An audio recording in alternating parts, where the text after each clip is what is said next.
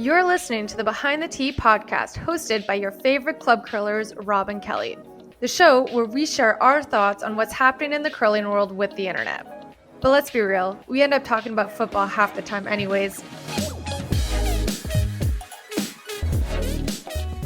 Hey, check out that new intro. We sound so professional, Kelly. I know, isn't it cool? Well, new season, new intro. That's how it goes, right? That's right. We brushed up on our music skills over the summer and we composed it ourselves, right? If by compose it ourselves, you mean Google royaltyfreepodcastmusic.com. Of course. But hey, it's good to be back. It's I notice we've titled this episode, I Know What You Did Last Summer. Will I be able to participate in this even though I've never seen that movie? Excuse me? You've never seen that movie?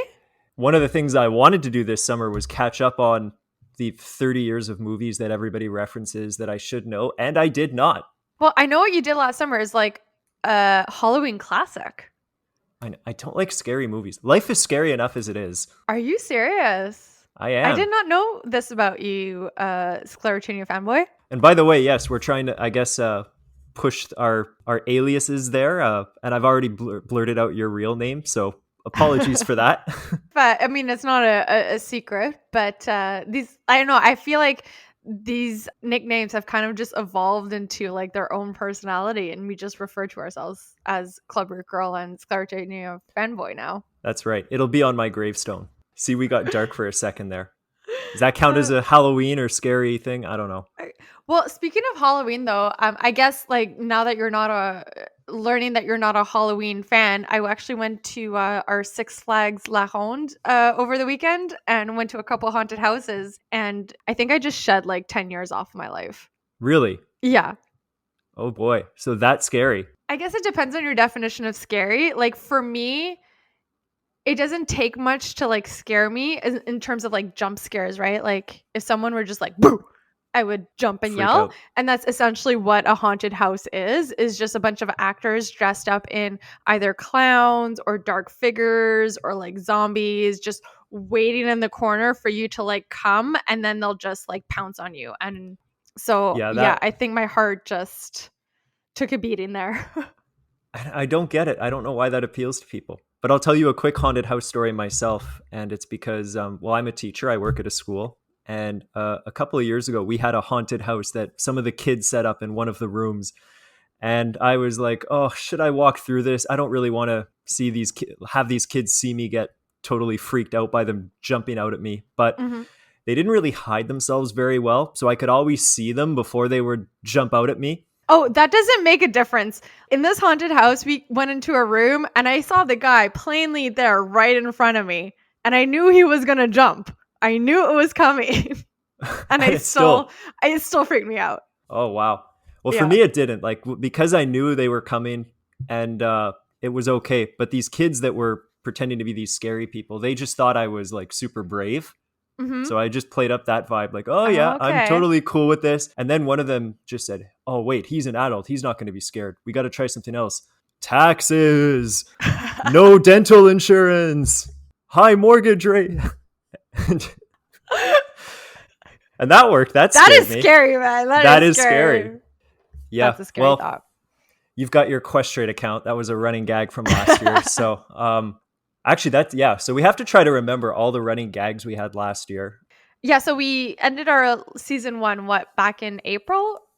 I think it was even later. I think, who knows? Like, time is such a blur. However, I looked one thing up. The season ran really long last year with the Worlds being canceled and then uncanceled. And then I think we went right into May. That's possible. But I think one thing I always do with curling is that our season is so long that come the end of the season, whether it be in April or May, I'm just so done with it. And I cut curling cold turkey and I don't even think about it. I move on with my summer life. And I did a lot of stuff this summer. I don't know about you.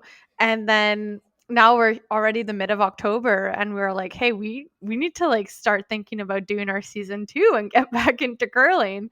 In my Yeah, mind, it seemed like light years away. I wasn't mentally prepared to get back into curling yet. it's true. Also, the fact that it's still like 30 degrees outside makes it even more difficult. Yeah, we're recording this in mid-October and it's been pretty warm all weekend. And for a while too, we weren't sure if the curling clubs were going to open again, like what the whole situation with that was going to be like. So I wasn't like super motivated to get back into curling, but But now I like, am. yeah, life is well, I guess we should point out, like, when we were doing this in May, I think we were still living under a curfew. Yeah, In Quebec, the coronavirus was really, really bad all through winter, all through spring. We were not allowed out of our homes after 8 p.m., I think it was. They said it would be for a month or something. It ended up being for, I think, 5 5 months, months. something like that. And then I think conveniently it was as the Canadians made the playoffs, they were like, "Oh, okay, we'll nix the Oh, curfew." can we talk about that for just a hot minute? Yes, that was the kind of the defining moment, summer in this city. Oh my god. It was honestly, I think, one of the most like defining moments of my life. So just for anyone who doesn't live in Montreal or Quebec, just to give you a little background information, if you were born in Quebec, you like automatically become a Habs fan. Like there's no if, ands, or buts. You have to be a Canadians Habs fan. Like if you're a fan of any other team, you're like ostracized, really. Like there's a problem with you. Yeah, there are some, but they deserve to be ostracized. And you're gonna hear all the jokes, like people are gonna make fun of you. It's just, even if you don't like hockey, you're just like automatically a Habs fan, which is kind of like me. And the last spring, the Habs, I don't know what it was, but they really just got on a hot streak. I know exactly what it was. Sorry to interrupt, but I know Yeah. exactly what Oh, it what was was. it? So for all our avid listeners, if you go back to our last episode of the last season, I don't remember what I was talking about, but I tried to make some point about it was something, and I used a hockey comparison. Actually, I remember what it was. It was remember how Carrie Einerson had a rough time at the World Championships, and Rachel Homan was tweeting support saying we should encourage her. Let's all be nice, because she was getting a lot of flack for it. Yeah. And I made some point about, like, that's nice, but does Einerson really want that? Like, they're big time rivals. And I made the point of, do you think the Montreal Canadiens want the support of the Toronto Maple Leafs after we knock them straight out of the playoffs? I said that Mm-hmm. before it happened. And so I think I deserve credit. You can go back and listen if you don't believe me. There's no need to listen beyond the point where I say that and then I walk it back. So I think we deserve some credit. We actually got one thing right. So basically, the Habs won in game 6 against, Las Vegas. was it Las Vegas? Yeah. So they Yep. went against Las Vegas to go into the Stanley Cup final, which they would play against Tampa Bay. For some reason, just ends up winning everything to go into that series. But I don't know about you, but I remember exactly, and I think I'll remember this for like the rest of my life, the moment of like where I was watching game 6. And I was in a bar. Again, the first time I was in a bar in who knows how A year long. and a half. Yep. And drinking a couple beers. I was in a pub on Saint Laurent, which is like one of the main streets where all the bars were at. And me and my friend were like, you know what? Let's just hit up that street. We'll get into one of the bars. And it went all the way into overtime. And in overtime, it was basically like whoever scores pretty much wins, Whoever right? scores wins. And they did. And let me tell you, the bar, just like everyone, even us, we just like jumped up, started screaming. Everyone was hugging each other. It was like Great COVID practice. oh my god. If you were going to catch COVID, it was that night. Like, and then we walked all the way back to where we lived, and we had to go past the Bell Center, and it was still like the streets were alive. It was, especially given that like the whole city was on lockdown for 2 years. It was really a memorable experience.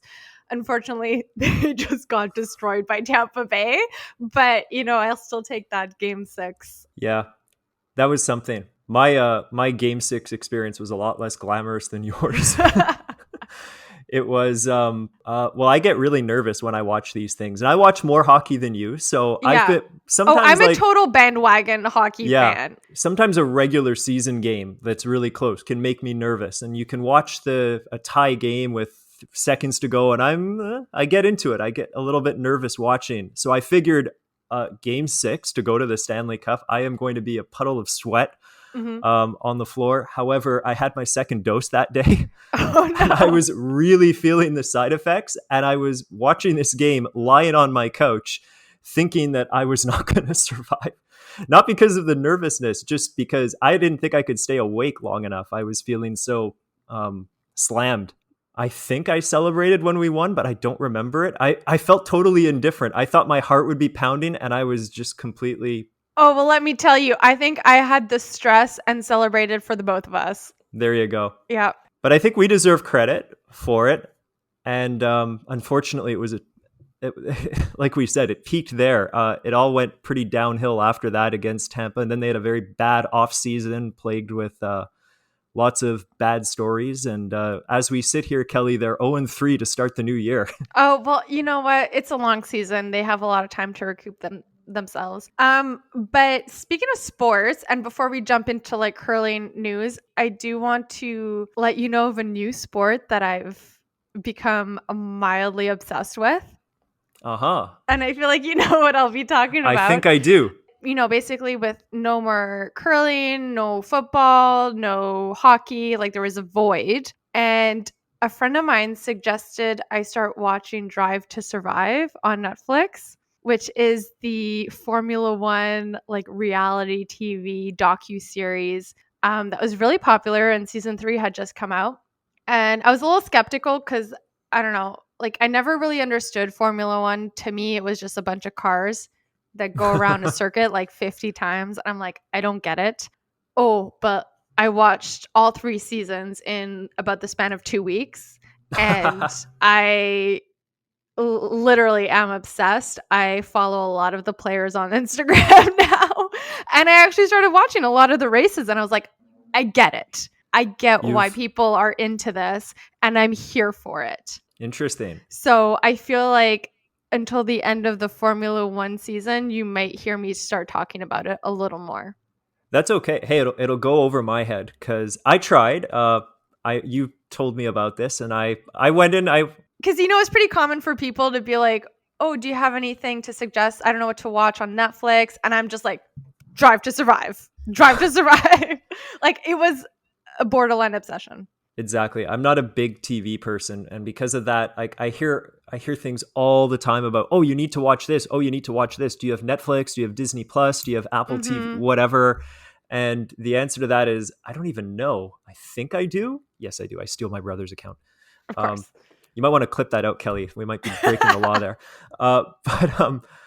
But yeah, no, you told me about it. I checked it out. I have to admit it was well made. I didn't really stick with it. Mm-hmm. Just I don't know. There's something you're gonna hate me for this, but there's something I find inherently offensive about Formula One. Because it's a bunch of rich white guys. Oh yeah, like Like, the excess of it, and I'm offended it's a that way lot. about football too. Yet, Mm-hmm. let's be honest, we talk about it every week. So maybe we should actually talk about curling. I don't know. Yeah. So that was basically our summer, pretty mundane. And I guess we're finally in a headspace where we're ready to start thinking about curling again. Yeah, because we didn't get to curl at all last year. Well, we sort of did. Our club put in ice and we got to throw rocks. I think we went twice, but that was around November, December, and then that was Mm-hmm. it. They pulled the It's plug. essentially been a year. It has been. And this year, even though it's mid October, we would normally have started by now. We have not been on the ice yet, but our club is reopening. And our understanding is that pretty much most clubs are reopening, I would hope anyway. I think if the club hasn't already closed, the club's going to open, Right. Because essentially. as we sit here, knock on wood, the COVID situation is much better than it once was. Restaurants are open, bars are open. People are running and hugging each other despite when the Canadians win games. So people have kind of resumed their lives to some extent. I've been to, I guess we've both probably been to a few gatherings where there's been zero social distancing or anything like that. So it's made me think like curling will be one of the safer things that I do. Oh yeah, I'm ready to just get back to normal and I have everyone I guess is getting back into the curling spirit, but there has been one notable, I don't want to say topic of conversation, or one change that's really like gotten the curling world talking. Right. Like, we started the year with a bang. And by bang, I mean the WCF came up with a couple proposed rule changes that really hasn't, I guess a lot of the curlers aren't a big fan of them. And I have my own thoughts about them. I I'm know. sure Oh, you do good. too. So do I. What are these? No, I'm actually kidding. This is the extent of my research. I actually Okay, so you want me to? I'll run through the rules. So go for it. so basically the WCF proposed 3 rule changes, and based on my research, the purpose of these rule changes was to basically make curling a little more accessible for TV and be able to like promote curling to different like sports channels to, you know, broadcast curling, and also to make it a little more interesting for the spectators with the hopes of like bringing new players to the game, and more specifically like younger players. I definitely have thoughts about that. But first, let's just go through the rules and like dissect them, okay? Right. So the first rule change is regarding timing and how the game is going to be timed. So before, it was something like 38 minutes thinking time for the entire game. Each team had 38 minutes, and they propose now to break that down per end. So for the first 5 ends, each team would have 4 minutes to play the end, and then the last 5 ends they would have 4 minutes and 15 seconds to play the end. I'm calling this the Kevin Cooey rule, by the way. I think this only benefits Kevin Cooey, and even then I think he would still run out of time. But basically it prevents the whole, like, this would prevent teams from essentially blanking like the first 3 ends to bank time to then just use it all up in the end. And this is probably the one rule I'm kind of okay with. Like, I could accept this rule. Yeah, I feel the same way. Like, if it actually got people to play a little bit more offense because they Mhm. weren't under the gun of like, oh, we got to bank time for the end of the game, Exactly. I'd be okay with it. If you're going to keep the game to 10 ends and teams just routinely blank the first 2 ends, then why just not shorten the game to 8 ends, you know? Exactly. And now there's nothing to be gained for that. You don't bank anything. So Exactly. that part, I kind of, I mean, I'm indifferent. I'll say that. But If the WCF was like, we're implementing this rule, I'd be like, okay. I wouldn't I don't think fuss I'd about it. notice. I have to be honest. I don't think I would notice. But Yeah. Especially in the way we play anyways. that's But right. we're also very like offensive, like aggressive in our play. So if anything, this like kind of benefits the That's more right. aggressive teams, which also makes it a little more stimulating for the viewers, because let's be real, we do not like to watch 5 blank ends in No, a row. no, absolutely not. All right, so we're in agreement there. I think so. That doesn't happen often, by the way. If you're new to the podcast, we argue about everything. The second rule is the no tick rule. So in this one, if a stone, let's say the first stone thrown in the end is touches the center line, the opposing team would not be able to touch that rock until the the fifth rock is thrown. So essentially, it becomes like part of the free guard Right. zone Well, I rule. think they can touch it, but they can't knock it off the center line. So if you just like rub against it, but it stays on the center line, that's okay. Okay, but essentially it's preventing the Lisa The Weagle tick shot. shot. Yeah. Yeah, the tick shot. I don't know about you, but I'm not a fan of this at all. I'm curious about it. I know they tested this at a Grand Slam recently, and Hmm. my thoughts are meaningless because I did not watch that Grand Slam. I know I should, but I didn't. But what I actually think is that it could make it more interesting. The tick shots are essentially so well executed these days that they're like peels, and so I was kind of interested in the idea, but it's a pretty fundamental change. And I think, like everything, we have to compare it for the 1%, the like super elite, and then the everyday curler like us. We certainly don't need this rule change. And that's okay. I'm fine with it just being at the elite level. But my question is that I think we've brought this up before, but some curlers like Lisa Weagle have built a whole career on this shot. And now to tell them, oh, you're not allowed to throw it anymore. Oh, you I see, I have a different perspective than you. Like you said, I don't think it's going to make the game more interesting. I don't think that there should be a different level, like different rules for the championships versus the club curlers. Like, I think as a sport, regardless of like what level you're at, the rules should still be the same. Yeah, I agree. A lot of the top athletes have become really good at the tick shots. Remove that, they're gonna come up with another tactic and they're just going to get good at that tactic. Like, I don't think we should go down the route of like changing the rules every time like the players get good at like a certain shot. Already, sometimes people have a hard time following the 5 rock free guard zone rule. And then this is just like adding another layer of complexity that, to be real, is not needed and makes it a little more gimmicky. If the whole purpose of these new rules is to make it more TV friendly and bring new people into the game, this rule is not targeting that. Oh no, and that's addressing a whole different problem, I think. It's that if you want the games to be brought closer or to be made perhaps a little bit more interesting, I do think this has potential, but I also agree with you that it gets confusing to have to explain the constant rule changes and to apply them ourselves. Mm-hmm. We've had some funny run-ins where we've violated the 5 rock rule and not even noticed. Yeah. Uh, Like for us, we've played curling our whole life. I think we have like not to toot our own horn or our own horn, but like we do have a higher level of like strategic knowledge when it comes to curling. But I think your like average person who watches curling on TV might not have that. So I think this whole like tick shot, like I don't think it's gonna enhance the play or make it more stimulating for the average curler.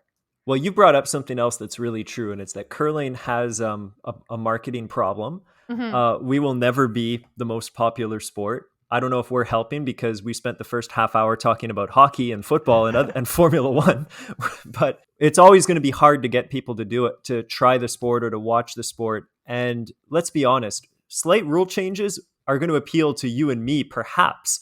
It's not going to bring in anybody new. We can't go to our non-curling friends and say, hey, you got to check this out. We have a new tick rule.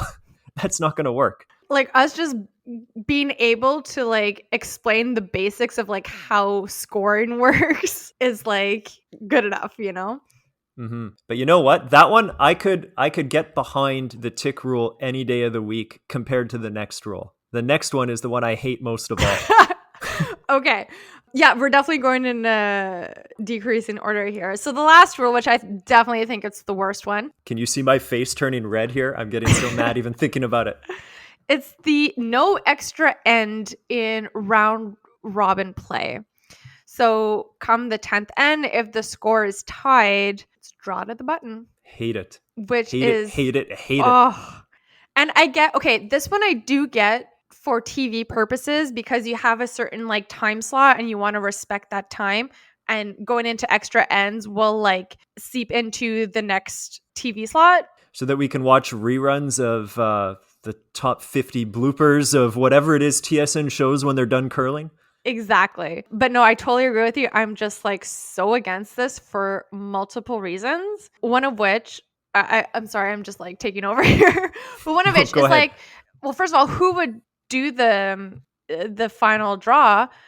Depending on how like the game goes, like there's definitely going to be a team who's going to be at an advantage because they've like had the chance to like throw more draws recently, whereas a team who's maybe like defending a lead would be like playing more hit shots, right?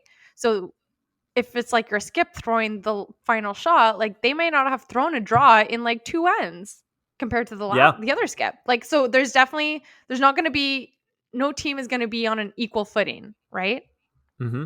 And then 2, I really think it's going to change like the second to last end strategy, right? Absolutely. That's the biggest fundamental change to the game that I've ever thought about. The big question that a lot of teams ask themselves is like, okay, do we do the safe shot to like take one to tie the game to go into an extra end, or do we gamble to take 2, you know? Yeah.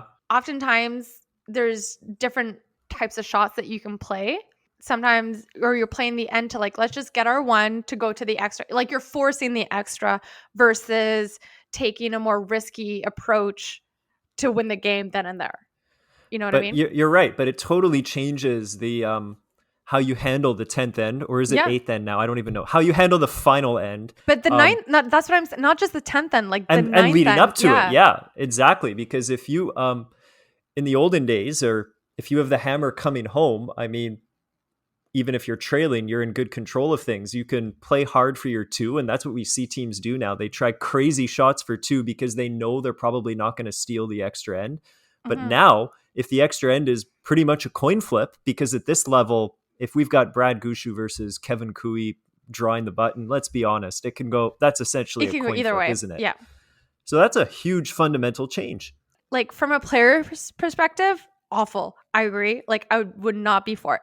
But from a fan or like TV perspective, I think it'd be a lot interesting because as a player in that case, I think you'd see a lot more teams going for the gamble, trying to like just get that win because no one's going to want to do the draw to the button at the end, right? So you might see a little like that's it. From a fan's perspective, it's a little more interesting because you're like, oh, they're going to do the more riskier shots or they're going to play that like, more aggressive game in order to get that win.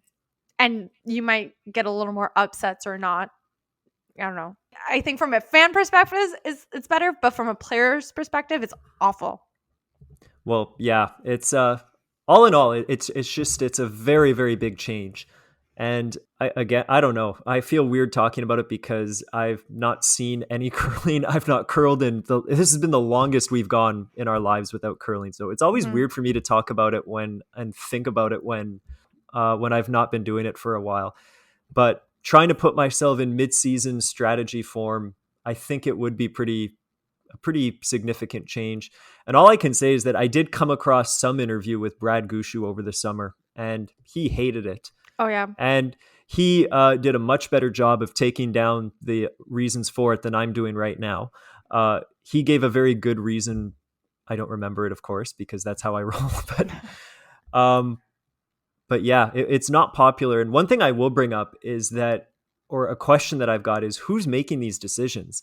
I know this is a WCF implemented thing, but I kind of take issue if there's some people sitting around in a boardroom who are not curlers or who are not the elite curlers making these decisions. If you get like the top skips from each country, like if you get Nicholas Edin, whoever comes out of Canada, John Schuster, whoever comes out of Switzerland, hopefully, which is the one that follows us again?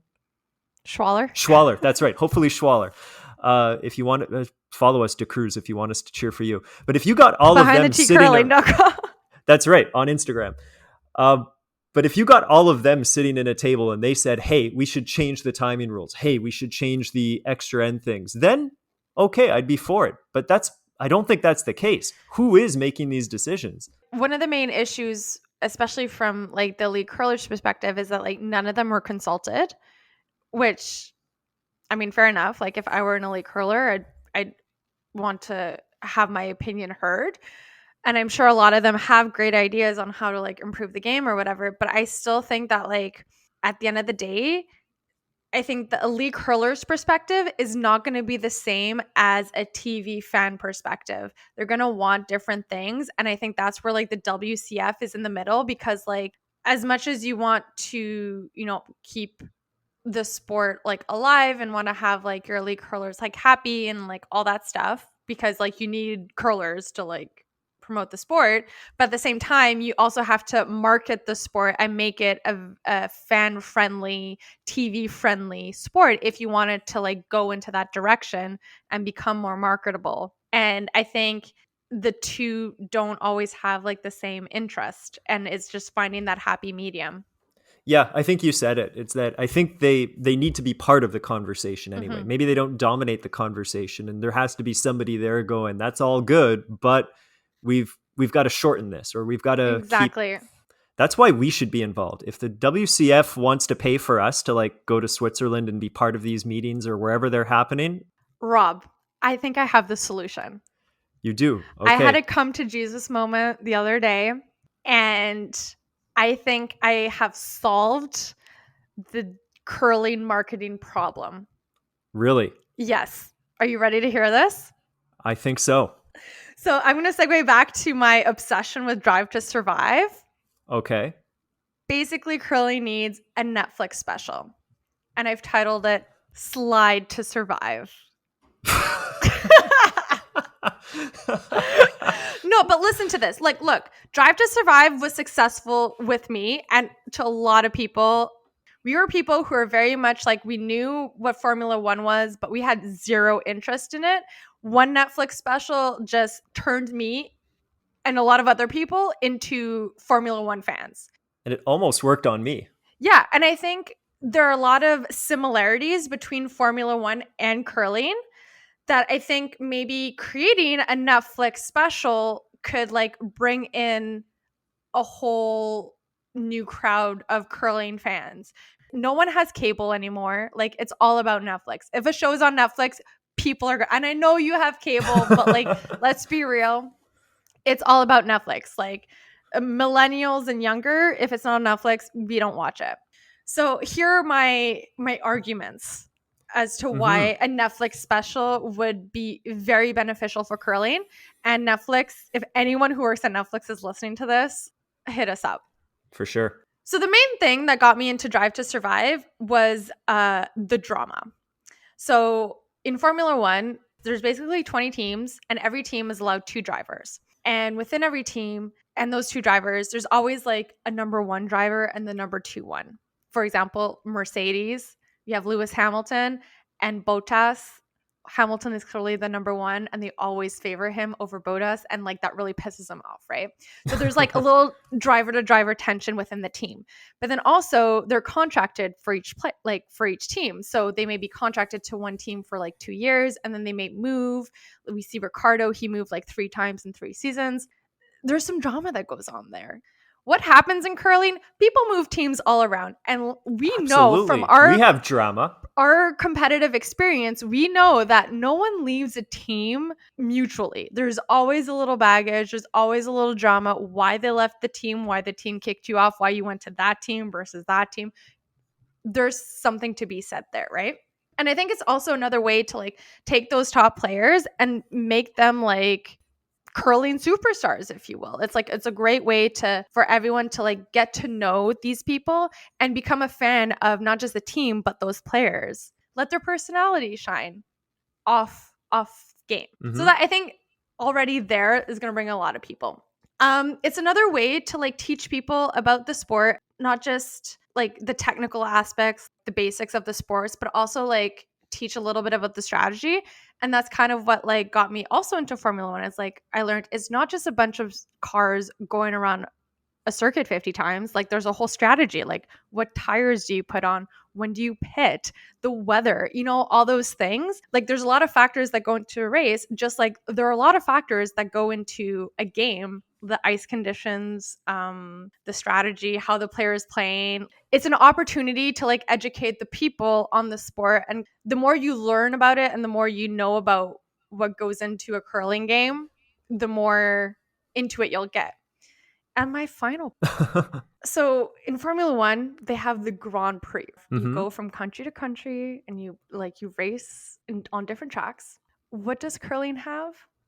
The Grand Slam. So I propose you follow a set number of teams like Homan, Edine, Kui, like the teams that are always on the slams, and you Right. follow them throughout the season during those slams, because we have said I don't know how many times how much we don't care about the slams. They don't like they're boring to us.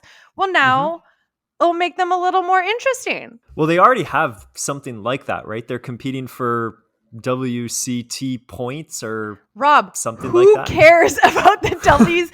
No, but I'm just asking, like, what's the difference between that and a Grand Prix besides the fact that no one watches this and everybody isn't it the same thing? Like they go to tournaments and they collect points? Yeah, it's the same thing. However, on Drive to Survive, like there's always something that happens during a race, but like as a layman viewer, you may not get it. But like during the show, like every episode kind of focuses on one aspect of the season. Like McLaren during whatever race, like something happened. Well, like they'll kind of focus on that. Like you have to clearly make like some story arcs, right? It's not just we're Mm-hmm. filming willy-nilly. So I think that like you can do that with the Grand Slams and it just like makes it a little more interesting. Anyways, I'm just saying this is my pitch. I think it's a great idea, Thank you. and as you know, we don't agree very often. I have a few questions though. Shoot.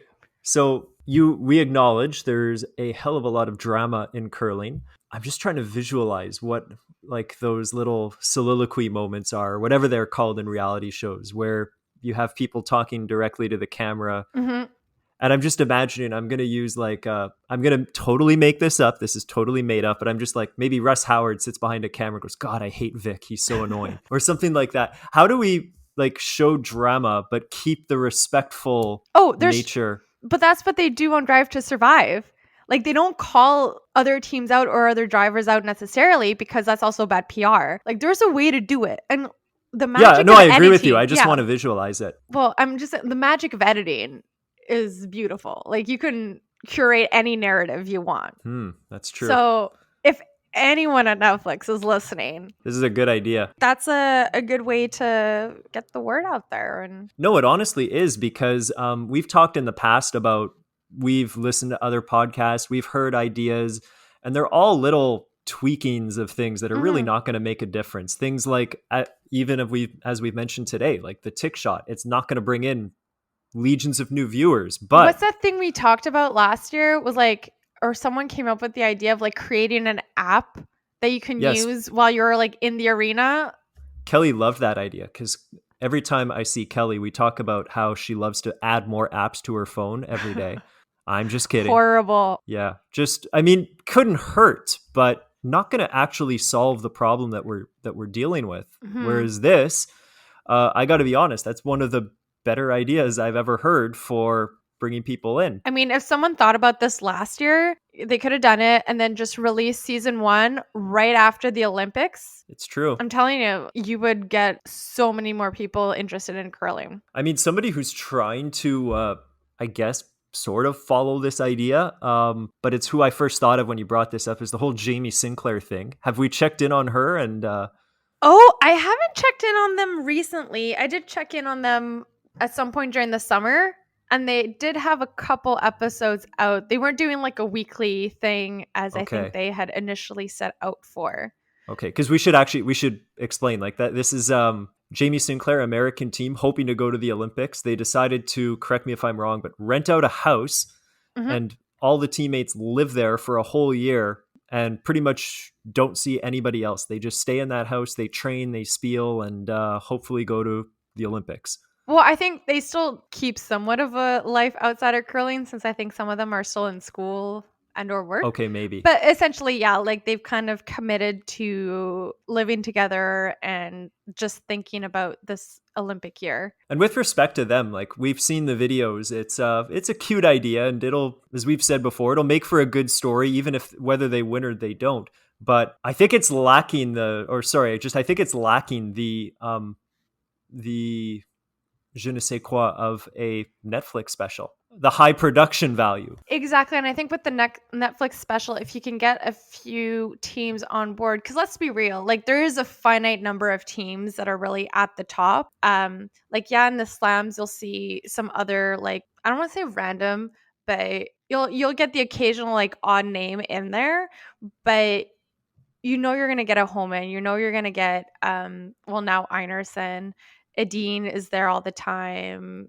You know, like you have those teams. So I feel like if they would allow them a camera crew to kind of follow them for certain parts of the season, I think it'd be great. And it's not just like great for the sport, but it's definitely beneficial for the team. Like it's a marketing opportunity.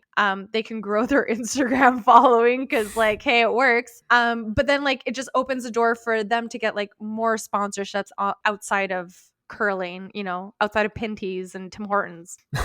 So A forever recurring theme with us. exactly. So I think it's a win-win for everyone. I think so. I also have to point out that when you first brought that up, because I did watch this show a little bit, and I kept up for a while, but I remember seeing like, because of course Formula One, as we mentioned, is very glamorous, very It is, yeah. excessive, and I remember just the first thing I saw was these people wearing these suits that must cost like $500,000, popping $500,000 champagne in Monaco.